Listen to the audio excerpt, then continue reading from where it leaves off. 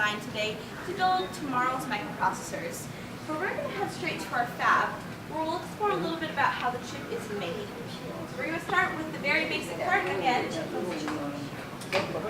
is our silicon.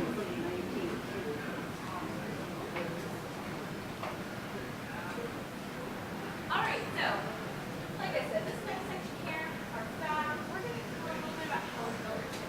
And what you're looking at here is 270 pounds of solid silicon called an ingot. So you're asking me earlier why it's round? This is why right here. Now, people who make these ingots start off with sand.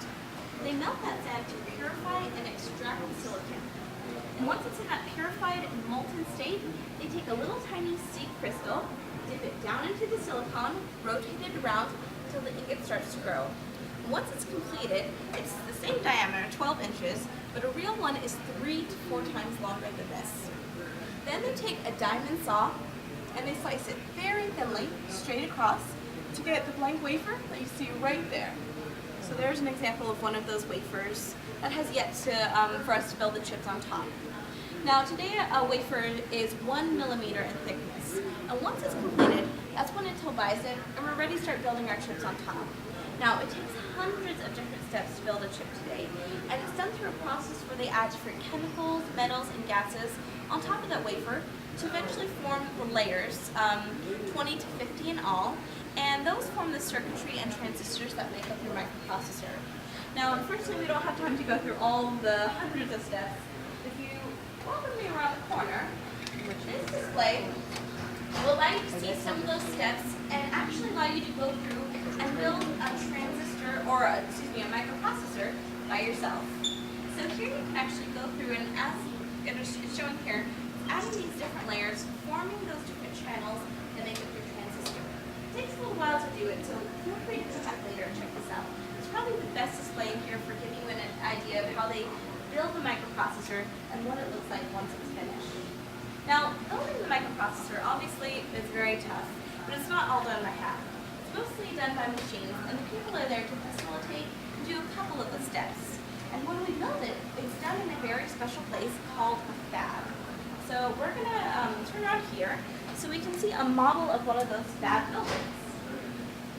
In fact, our model here is allowing you to see sort of a cross-section of that fab, and each one is made of 4 different levels. Now, fabs are very special because they're extremely clean. The reason we have to keep them so clean is because of dust. If one piece of dust falls into the chip while it's being built, it actually ruin it. So our fab is kept clean using an air filter. That air filter pushes air from the ceiling through the floor 10 times per minute.